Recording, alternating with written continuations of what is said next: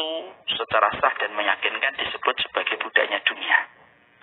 Yang ketiga, tidaklah seseorang itu disebut sebagai budaknya dunia. Yang ketiga, dia tidak peduli mana yang halal dan haram ketika memperoleh harta itu.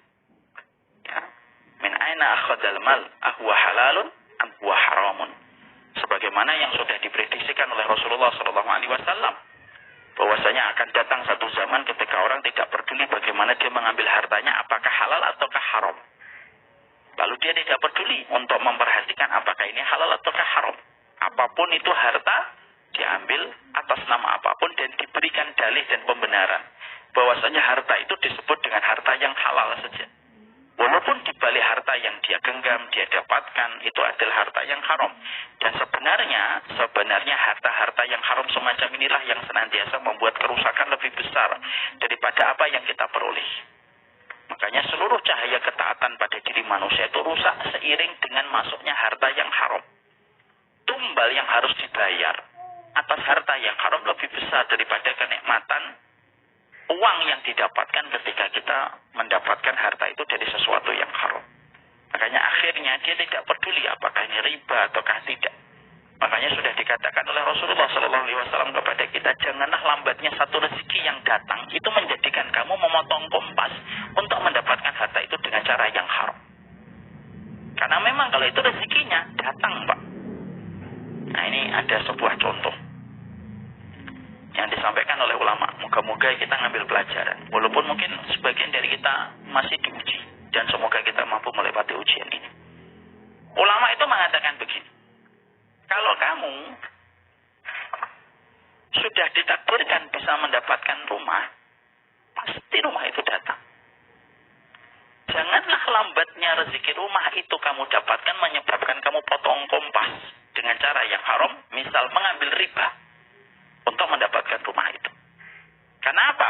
Karena sejatinya kalau memang rumah itu milikmu, itu akan datang. Walaupun kamu tidak bersentuhan dengan riba sekalipun. Contoh kata ulama ini, Pak. Mari kita mengambil pelajaran karena nasihat itu sejatinya kita butuhkan semuanya. Ada seseorang ngambil rumah dengan cara riba. Jadi ada seseorang yang dia mengambil rumah dengan cara riba. Dia bayar itu cicilan ribanya selama 15 tahun. Setelah 15 tahun, akhirnya selesai. 15 tahun dilewati dengan membayar secara konsisten. Continuity dia berikan pembayarannya. Akhirnya 15 tahun sudah dia dapatkan. Para ulama ini lalu mengatakan, sebenarnya rumah yang dia peroleh setelah membayar 15 tahun itu memang sudah ditakdirkan Allah menjadi miliknya dia.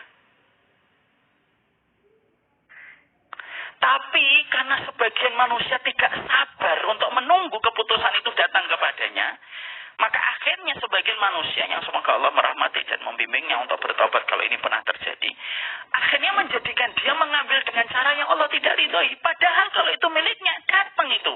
Setelah 15 tahun Allah akan menghadirkan berbagai macam cara yang tidak ada yang mustahil bagi Allah. Tiba-tiba rumah itu miliknya dia. Cuma kata Rasulullah, janganlah lambatnya satu rezeki itu menjadikan kamu memotong kompas. Saya misalkan mau beli motor, kalau itu rezeki saya, datang motor itu. Ada yang mengambilnya dengan cara yang tidak diridhoi oleh Allah, dengan cara riba. Dia membayar 3 tahun. Akhirnya setelah 3 tahun terpenuhi, lunas akhirnya cicilan yang dia berikan. Sebenarnya kalau dia menunggu sebentar dan bersabar, maka pada waktu tahun yang ketiga Allah akan hadirkan motor itu untuk dia.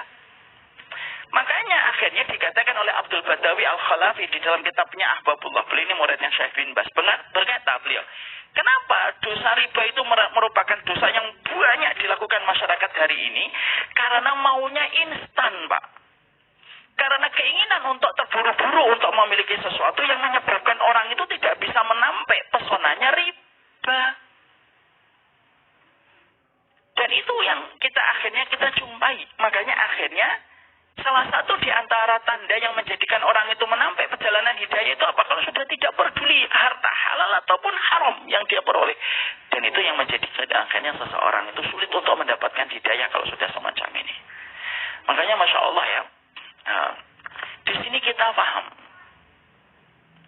konsep kehidupan orang mukmin itu simpel.